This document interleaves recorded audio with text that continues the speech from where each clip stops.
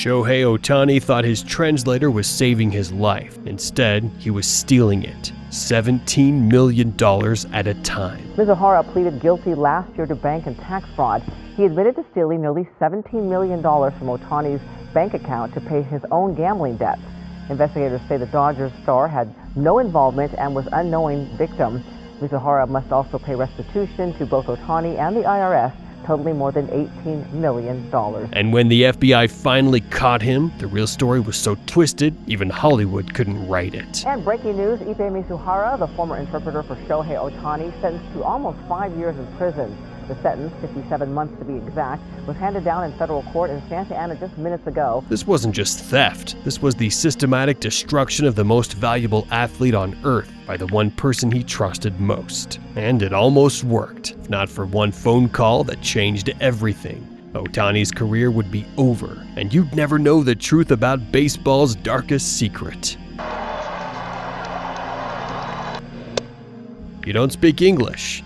Just prior to the meeting, I was told by Ippei, hey, You're worth $700 million, and the only person you trust is planning your destruction. I'm very sad and shocked that someone who I'm trusted has done this. I never bet on baseball or any other sport, or never have asked somebody to do it on my behalf, and I have never went through a bookmaker to bet on sports. Up until a couple days ago, I didn't know that this was happening.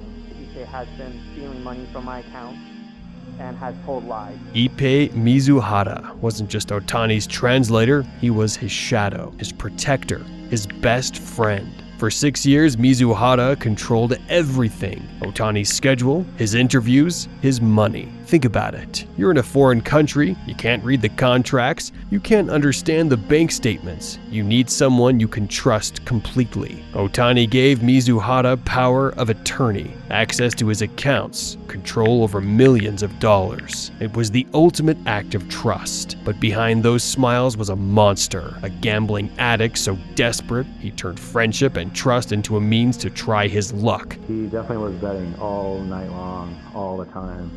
Weird Turkish soccer, it didn't matter. I've never seen anything like it.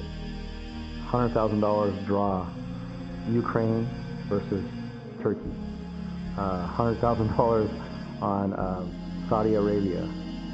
I mean, listen, I don't know one bookie in the country that would take $100,000 on soccer bets. Literally. Because while Ohtani was hitting home runs, Ohtani has done it again! Mizuhara was making bets, big bets, losing bets. And when his own money ran out, he had access to $700 million. But here's what nobody saw coming. Mizuhara wasn't working alone. He was feeding money to a man so dangerous the FBI had been hunting him for years. Meet Matthew Boyer, illegal bookie, criminal mastermind, the man who turned Ohtani's money into his personal ATM. Boyer wasn't some back alley bookie taking $20 bets. This was a multi-million-dollar operation. Private jets, luxury suites, high-stakes games where fortunes disappeared in minutes. He ran an operation so sophisticated it processed millions in illegal bets. Professional athletes, celebrities, anyone with money to burn. And Mizuhara, he was the perfect customer, desperate,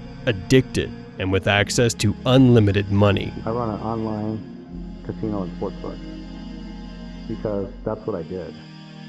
A bookmaker's job is to facilitate a bet and to pay the person when they win and hope to collect when they lose. So I provided a service that was very functional for people. And I'm not defending my actions. They were wrong. It's illegal in the state. I knew it. Sadly, the word bookie or illegal bookmaker just sounds so much worse to me than it really is.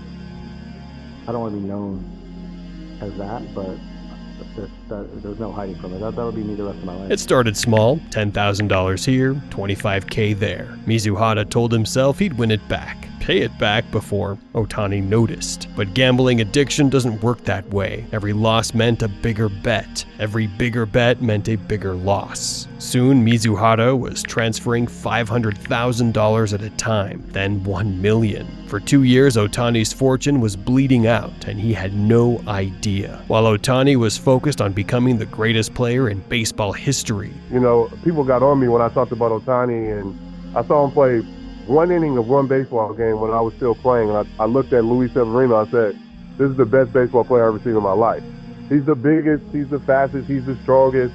He hits the ball the furthest. He throws the ball the hardest. Like, he is really, incredible. I mean, to have a season where you go 50-50 is really insane. His best friend was systematically destroying the very fruit of those efforts and ambition. The FBI would later discover over 19,000 bets. Mizuhara lost on 99% of them. But he kept betting, kept stealing, kept lying. But when the losses hit 17 million, something snapped. The perfect crime was about to become the perfect disaster. And what happened next would expose the entire operation. March 20th, 2024, a routine financial review. Ohtani's advisor is going through the accounts when he notices something strange. Millions of dollars gone, transferred to accounts Ohtani had never heard of.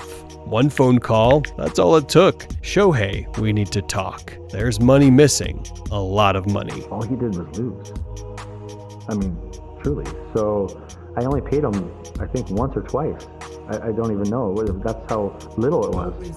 I was getting wire transfers that were drastically high. My business was the biggest it's ever been. I was flying on private jets every 2 weeks to a casino with $2 million plus.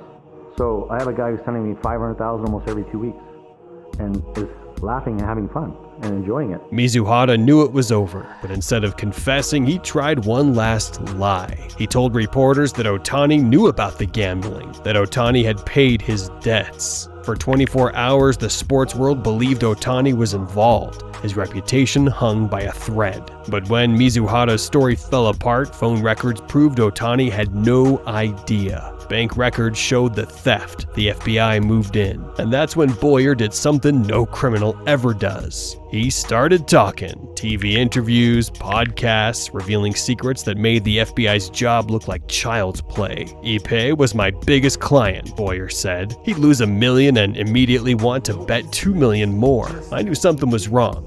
I still wasn't sure. It made sense.